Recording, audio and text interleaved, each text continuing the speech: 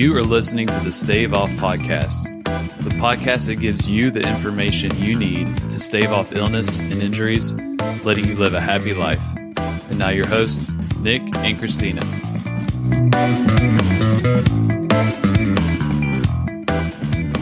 Hi, everyone, and welcome to the Stave Off Podcast. My name's Christina Novak. I'm a registered physiotherapist and one of the co-owners of Stave Off Physiotherapy and Exercise Facility. I am doing a solo episode today. The hubby, Nick Previtt, who is usually here with me, is busy doing some construction work on the clinic. But with the new year already halfway done, this is going to be released, I think, either the 9th of January or the 16th of January. As we're starting with some of our New Year's resolutions and our goals for 2017, I feel like health is really in the center of all of our New Year's resolutions. And really our goals for ourselves, regardless of if it's January or not. And therefore, my podcast for today is talking about what does healthy even mean? And I know that a lot of us are saying, I need to get healthier. I need to do certain things. And a lot of times healthy gets kind of pigeonholed into diet and exercise. And don't get me wrong, that is a huge portion of what health means. But I really don't think that it's the only thing that encompasses health. And so I wanted to talk about what health could mean because it really is individual to the person. And it just takes a quick conversation to realize that each person is going to put an emphasis on different things in their life, and what healthy and what health and really good quality of life means to each person is going to be slightly different. And so I like to break up health into different dimensions or pillars. And I want to go through each one of these and then really start a discussion about what you think health means. Because I'm in the research world, I'm doing my PhD around health, and even in that world, it's really different. And we see different people putting focuses on different things. And so the pillars or dimensions of health, I have 5. I talk about physical health or physical well-being, emotional health or emotional well-being, spiritual and mental health, social health, and financial health. And so each person might have, again, I'm saying this over and over, that it's individual to the person, but I think that we can really start to package these up into these 5 main dimensions. And we're going to talk about physical health first, because that is the one that is most commonly looked after, especially when we go to the doctor and things like that. We're always looking at physical well-being. But to me, it really boils down to your ability to do what you want to do without worry or stress. And the example that I like to give to a lot of my clients is, say, for example, that you and a friend are trying to take a trip. I have a lot of people who have these big plans to take this extravagant trip. Let's, for example, going to Europe. In Europe, it's not like a lot of the North American towns. There's a lot of older architecture. There's a lot of uneven ground. There's a lot of walking and hills and things that you do when you're on a more touristy type trip, not necessarily going down to the Caribbean.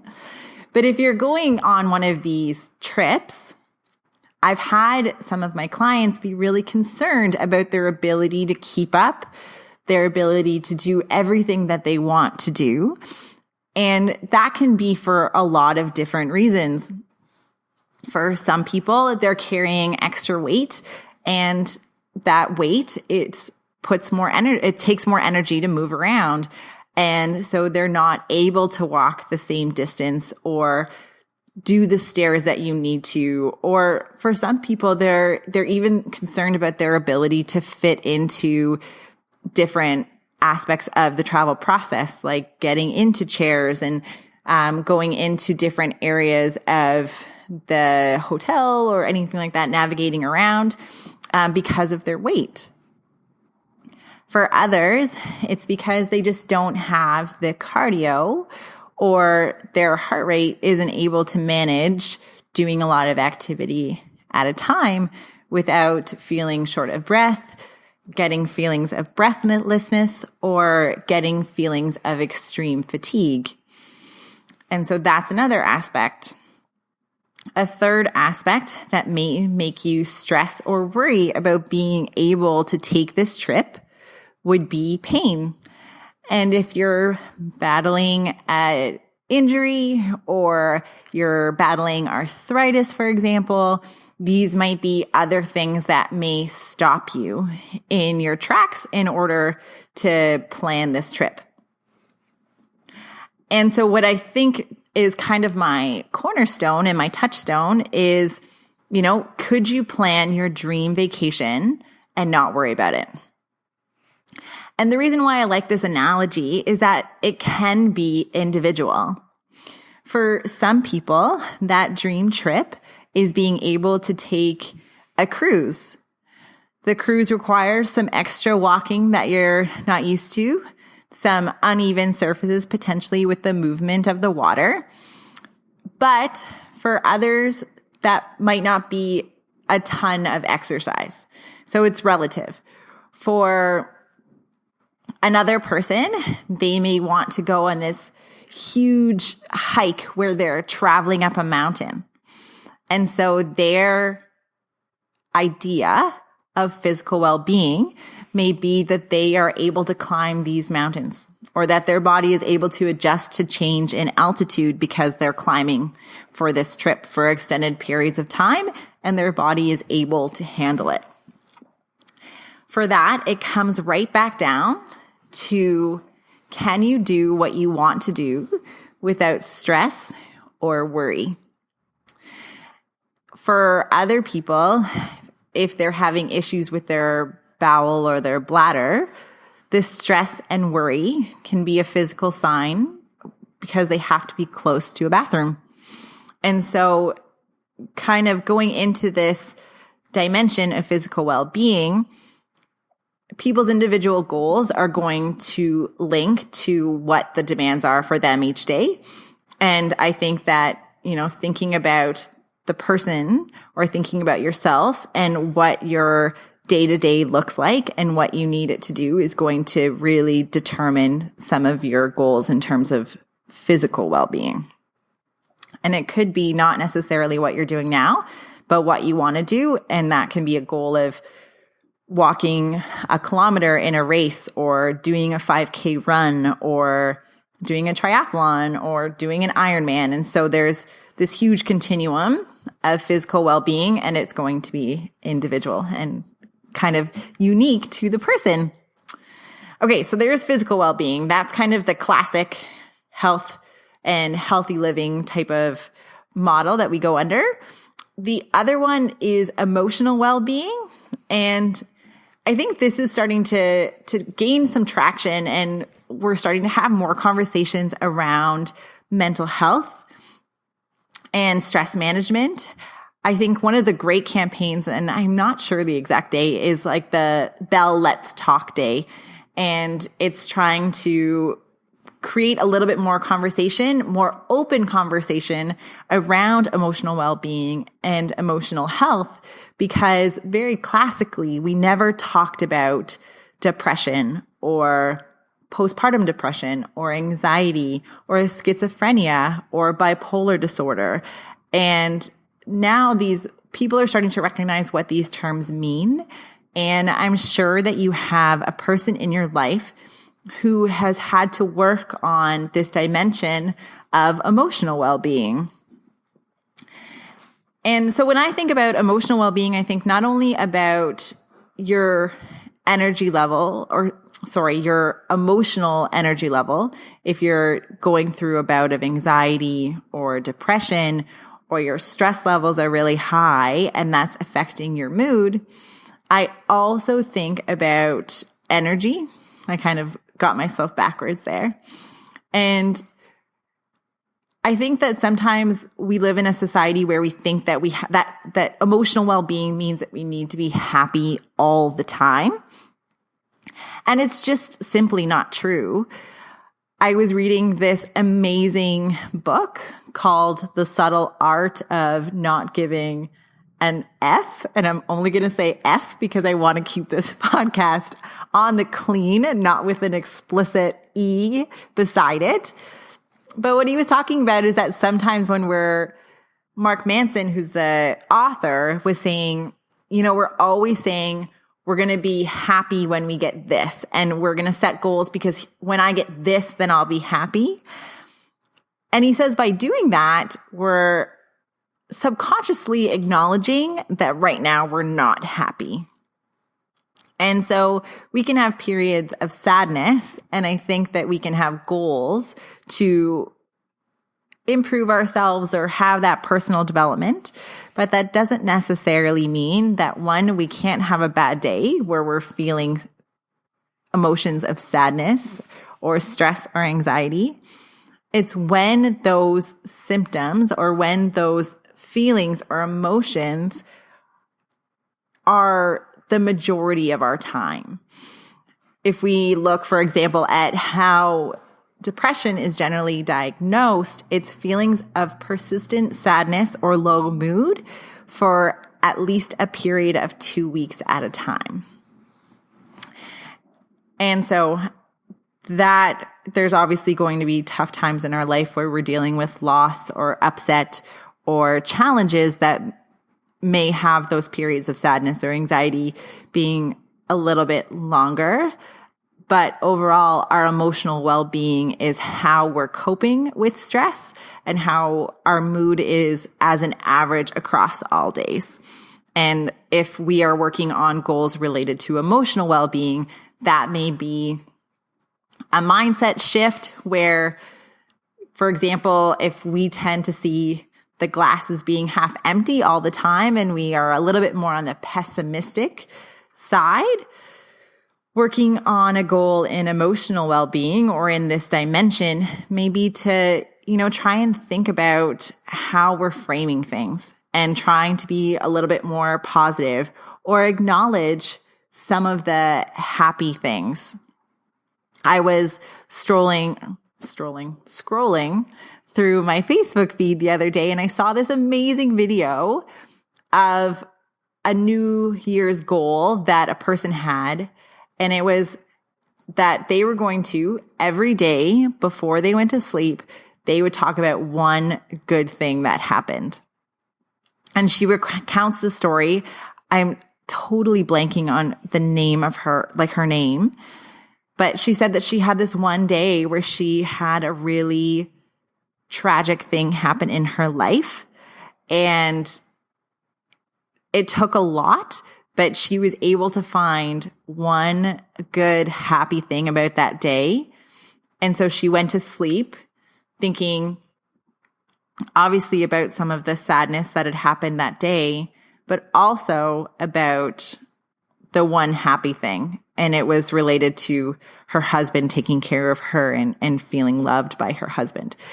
And I thought that was fantastic because it frames us or frames our thinking as we're going to sleep.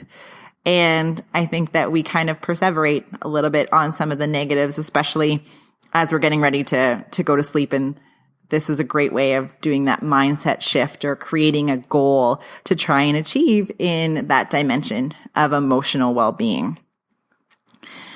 Okay, number 3 is spiritual or mental well-being, our third dimension. And for each person, this is going to be very, very individual.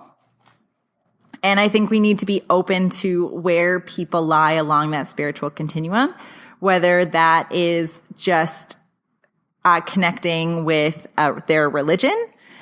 And obviously that's going to be different, but also around faith and higher power and connecting with some entity or some deity that is going to be individual.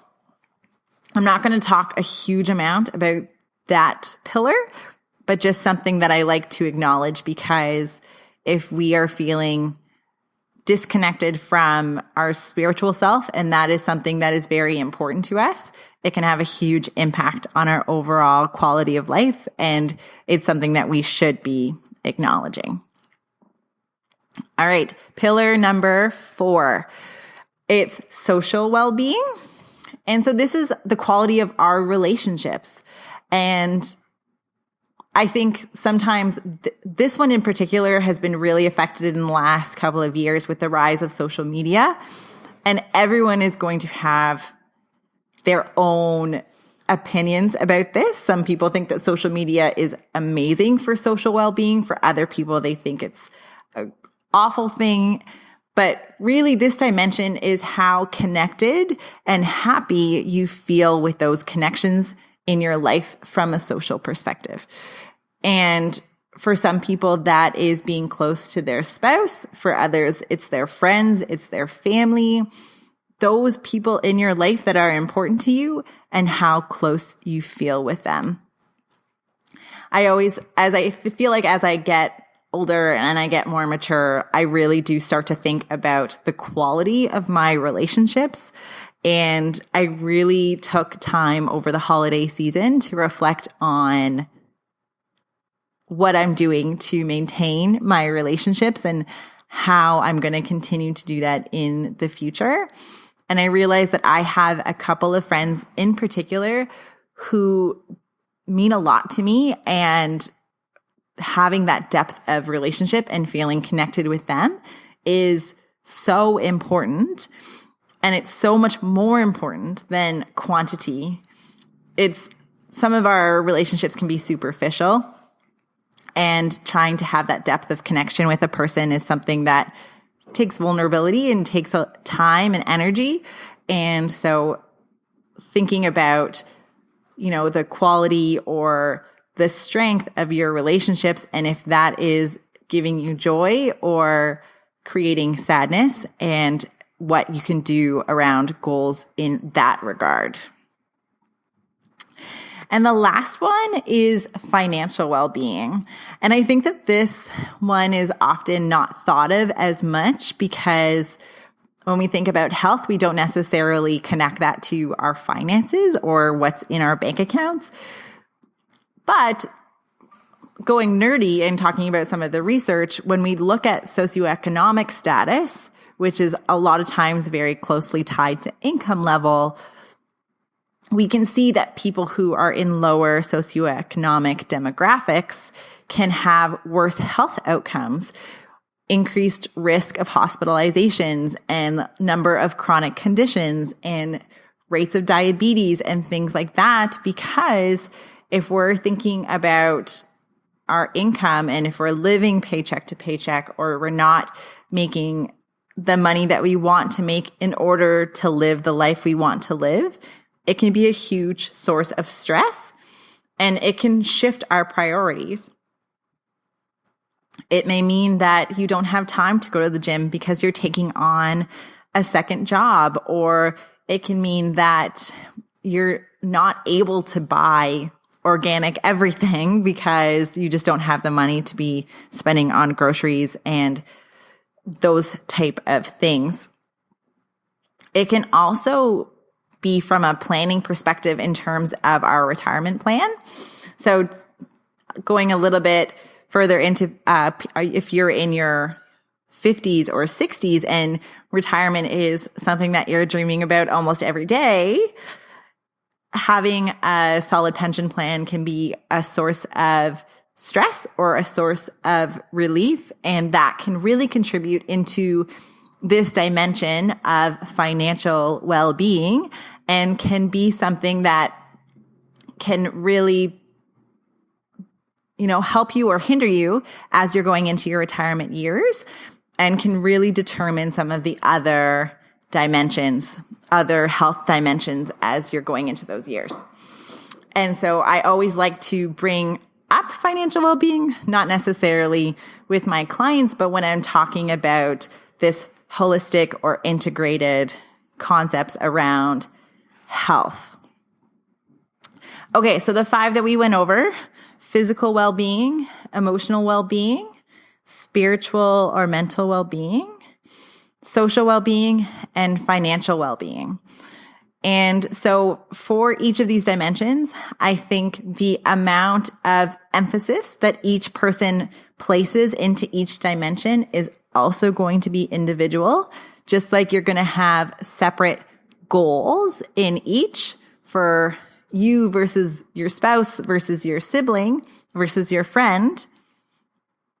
I also think that for some people, physical well-being is going to be their most important dimension, but for other people, it may be financial well-being, because for them, that's how they view health, and that's not right or wrong. It's just different. The other thing with a lot of these dimensions are they're not standalone pillars. They're definitely interconnected. If you're feeling stronger and you're feeling more fit, that's going to affect your emotional well-being because your energy level is going to be higher. People who exercise more tend to have lower rates of anxiety and depression. And so they're going to feed into each other. And therefore, they're not separate. They are very interconnected, but so some people tend to silo them, but they aren't. They all kind of feed into each other. And when we address areas in each dimension, we actually are kind of boosting ourselves up in all of the other dimensions as well. And for you, if you decide that you're going to focus on social well-being for your New Year's resolution or for your short-term goals or long-term goals, then you'll probably see that once you start paying attention to your social health, you're also going to see a boost in your emotional health or your spiritual health. Maybe not your financial health if you're going out all the time, but it's all about balance, and you're balancing between these dimensions. The other thing that I think is back up. Some of the factors that are affecting your health in general are, I think, your quality of your relationships, your diet and your exercise, all that type of stuff. It's going to feed into your health. There are also factors like sleep, which I think are going to feed into all of these dimensions.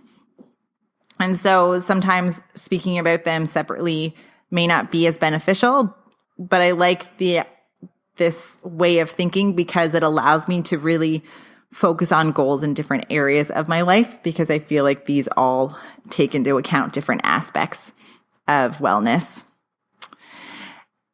And so to sum all of this up, what my main point is to put across is that for each person, what healthy means is going to be different based on the circumstances and the experiences that they have had in their life. And I love talking about this integrated model of healthcare because I think that, talking about healthy living and talking about preventing illness is an amazing conversation to be had, and something that's going to not only include physical health, but also going to include all of these other dimensions that we've been talking about today.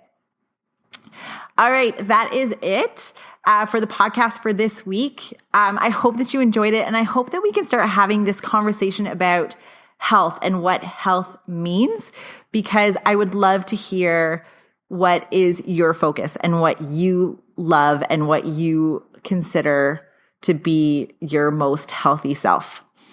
If you haven't checked out the podcast on iTunes or subscribed, we would love if you would give us a 5-star review and subscribe to the podcast. If you guys have any questions or comments, feel free to email us at info@staveoff.ca. I'll put the email in the show notes, and I will also do some links to some of our articles on the blog around these different aspects of health. So that is it for this week. I hope you guys have a happy and healthy week and you have had an amazing start to the new year. And hopefully my partner in crime will be back with me next week. All right. Bye, guys. Thank you for listening to the Stave Off podcast. Go to staveoff.ca to check out the show notes and more helpful content and how you can lead a long and happy life.